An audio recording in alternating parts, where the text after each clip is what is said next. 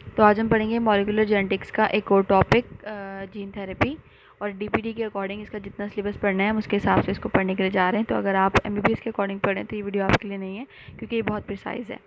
ठीक है, gene therapy क्या है? It is a insertion of gene into individual cell and tissue to treat a disease and hereditary disease where a mutant allele is replaced with a functional gene.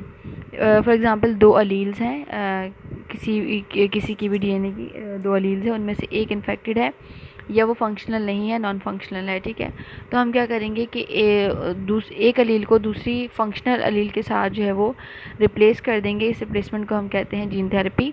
किसी भी disease की सूरत में वो disease जो आपके DNA में आपके साथ इनहेरिटरी चलती आ रही है, तो उस डिज़ीज़ को हम ख़त्म करने के लिए वो जो अलील जो उस स्टेन को लेकर आपकी जीन्स में चल रही है, हम उस अलील को चेंज कर सकते हैं, और इस चेंज को हम जीन थेरेपी कहते हैं। यानी ये पॉसिबल है आपकी अगर कोई बीमारी या कोई ऐसा जीन डिसऑर्डर जो आपके पास ख़ानदानी तौर पे हेरिडिटरी चलता आ रहा है, तो उसको ख़त्म किया जा सकता है। तो जीन थेरेपी की दो टाइप्स हैं। ठीक है, एक टाइप है सोमैटिक जीन थेरेपी, दूसरी है जर्म लाइन जीन थेरेपी। नाम से आप समझ गए होंगे, somatic gene therapy body cells पर होती है, जैसे ब्लड में, लिवर में, यानी ओवम और स्पर्म सेल्स के अलावा पूरी बॉडी जितनी भी है उस पर जो वो जीन थेरेपी की जाती है। तो ये जो सोमैटिक जीन थेरेपी है, ये इसके जो असरात हैं ये आपकी आगे आने वाले जनरेशन में ट्रांसफ़र नहीं होते, क्योंकि ये बॉडी सेल्स पर होती है। जबकि जो जर्मलाइन जीन थेरेपी है, जो ओवम और स्पर्म पे होती है, स्पर्म में होती है, ओवम और स्पर्म में होती है, ये जो जीन थेरेपी है ये आपकी आगे आने वाले जनरेशन पर इसके असरात जो है वो होते हैं, और ये आगे भी ट्रांसफ़र होती है। अब देखने वाली बात यह है कि हमारे पास प्रैक्टिकली जो थेरेपी यूज़ होती है वो है सोमैटिक जीन थेरेपी। ये अलाउड भी है, अप्रूव भी है, और यही प्रैक्टिस की जाती है, क्योंकि जो जर्मलाइन जीन थेरेपी है उसकी वजह से बहुत सी ऐसी चीज़ें जो एथिकली ठीक नहीं थी वो की जा रही थी, जिसकी वजह से अब इसको जो है वो अलाउ नहीं किया जाता। उसको आप सर्च करेंगे तो आप समझ जाएंगे, इसमें कुछ अल्फाज ऐसे हैं जो मैं इसमें नहीं बोल सकती। ठीक है, जैसे फॉर एग्जांपल हम डॉल बनवाते हैं ना, तो लोग क्या करते हैं कि जर्मलाइन जीन थेरेपी के थ्रू उस तरीके से बिल्कुल फीचर्स बता के कि हमें ऐसा डॉल चाहिए, इस तरीके की आंखें, इस किस्म का कलर और ये वो, तो वो सारे चेंजेस करवा रहे थे जो कि एथिकली ठीक नहीं था। तो इसलिए सोमैटिक जीन थेरेपी होती है, क्योंकि हमने सिर्फ डिज़ीज़ को ठीक करना है, हमने किसी के कहने पे जो है वो ऑर्डर पे कोई ह्यूमन तैयार नहीं करना। तो सोमैटिक जीन थेरेपी ही जो है वो क्लिनिकली अप्रूव्ड है और प्रैक्टिस की जाती है। अगर आपके पास क्वेश्चन आ जाता है क्लिनिकली अप्रूव कौन सा टाइप है, तो आपने कहना है सोमैटिक जीन थेरेपी। ठीक है, अब अगर ये हो रहा है, इसके दो टाइप्स हैं, तो इसके अप्रोचेस क्या हैं, यानी हाउ इट इज़ डन, ये किस तरह किया जाता है। तो हमारे पास दो अप्रोचेस हैं, एक्स वीवो और इन वीवो, जिसको आप डायरेक्ट एक्स वीवो जो है वो क्या कहना चाहिए कि इनडायरेक्ट मेथड है, और इन वीवो जो है वो डायरेक्ट मेथड है। जैसे जहाँ पर भी वीवो वर्ड आएगा आप उसको समझ लीजिएगा कि बॉडी कहा जा रहा है। तो एक्स वीवो यानी आपकी बॉडी के बाहर होता है। इसमें क्या होता है कि टिश्यू सेल जो भी डिफेक्टेड है उसको बाहर निकाला जाता है, जैसे बोन मेरो हो गया या कुछ, ठीक है, उसको बाहर निकाला जाता है, फिर उसको कल्चर किया जाता है, उसको फिर ग्रो होने दिया जाता है कुछ टाइम के लिए। जब वो फंक्शनल जीन में ट्रांसफ़र हो जाता है तो फिर उसको बॉडी के अंदर जीनोम में इंट्रोड्यूस करवा दिया जाता है, और वहाँ से वो अपना फंक्शन स्टार्ट कर देता है। यानी ये सारा प्रोसीजर बॉडी के बाहर हुआ है टिश्यू को निकाल के। इन विवो जीन थेरेपी में क्या होता है कि हम डायरेक्टली जो है वो जो जीन है उसको ह्यूमन जीनोम में इंट्रोड्यूस करा देते हैं। तो ये हो गया आपका इन विवो यानी डायरेक्ट मेथड। अभी डायरेक्ट मेथड होता है तो किसी तरीके से होता होगा। ये तो दो मेथड हैं, जो वेक्टर्स इस्तेमाल किए जाते हैं, या फिर वो medium, genes are introduced into the body by a medium, जिसको हम वेक्टर बोलते हैं।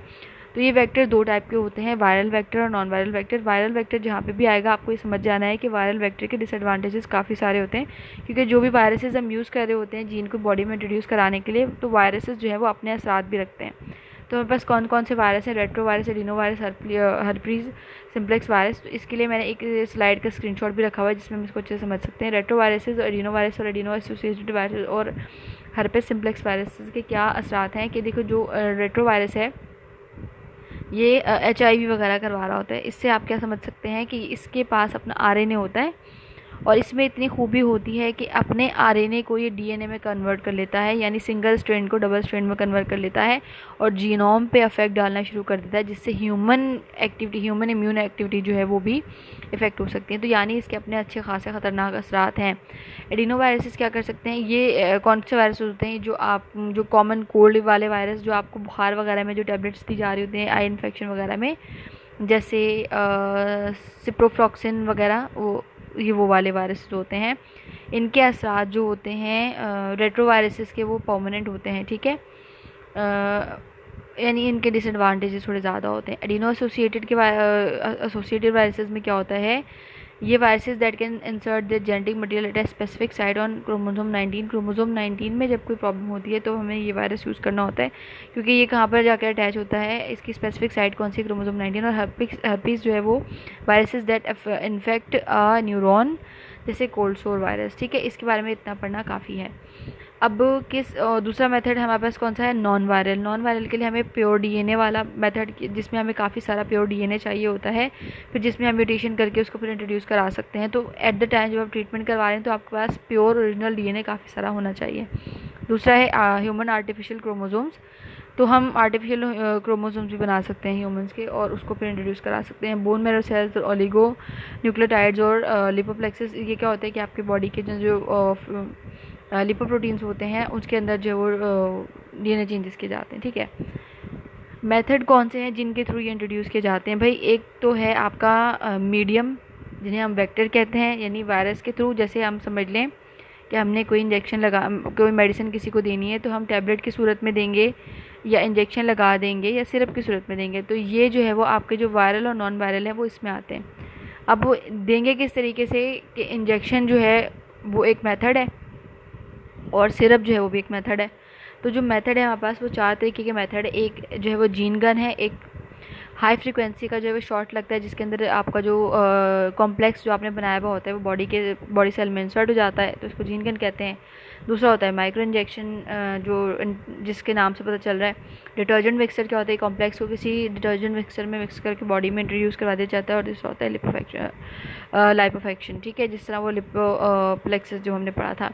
तो ये 4 हमारे पास मेथड होते हैं।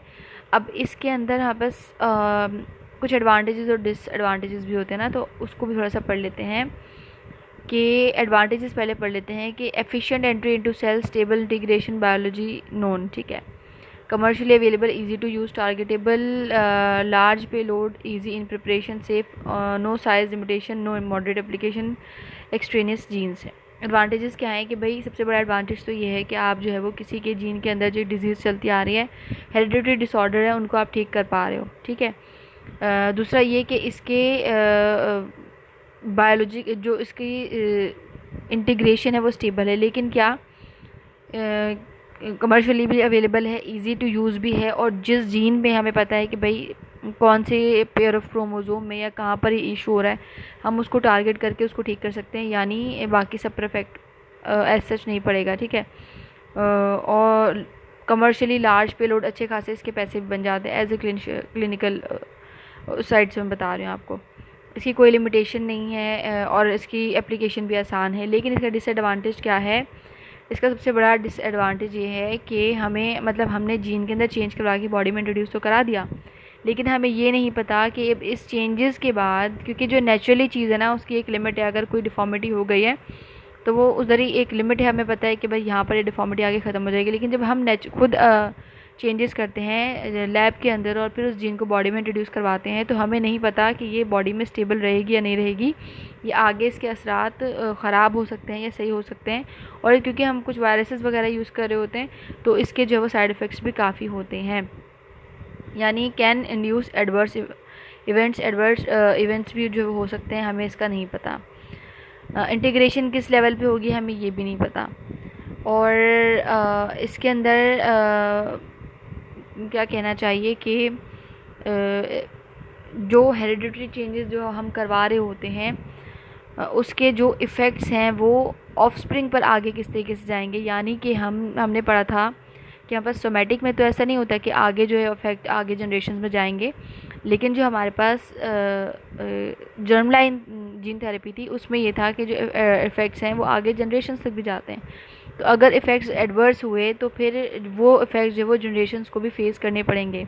तो जहाँ पर हमारे पास इसके बहुत सारे फ़ायदे हैं कि भाई कमर्शियली अच्छा है, इजी है, टारगेटेबल है, स्टेबल इंटीग्रेशन है, बायोलॉजिकली नोन है, एफिशिएंट है, एफिशिएंट एंट्री है इसकी इनटू द सेल्स, और ये आसानी से जो ट्रीटमेंट किया जा सकता है। हेरिडिटी ख़ानदानी जो इतने पुराने अजीम बीमारियाँ थी उनको ख़त्म किया जा सकता है। ये जहाँ पर हमारे पास ये एडवांटेज थे, वहाँ पर कुछ नुकसानात भी हैं, क्योंकि हमने जो चेंजेस कर दिए हैं जीन के अंदर, अब उसके बाद वो असरात कहाँ जाकर रुकेंगे हमें उसके बारे में कुछ नहीं पता। तो इतना हमारे लिए बहुत था अकॉर्डिंग टू डीपीटी और जीन थेरेपी का इंट्रोडक्शन यहीं पर था। आगे जो हमें इसके टॉपिक्स पढ़ने हैं उसका मैं बताती हूँ, हम इसको शॉर्ट में कवर करेंगे। ये इंपॉर्टेंट टॉपिक है, इस पर आपके अच्छे मार्क्स बन सकते हैं, बस आपके इसमें कॉन्सेप्ट जो है वो क्लियर होने चाहिए। Thank you so much.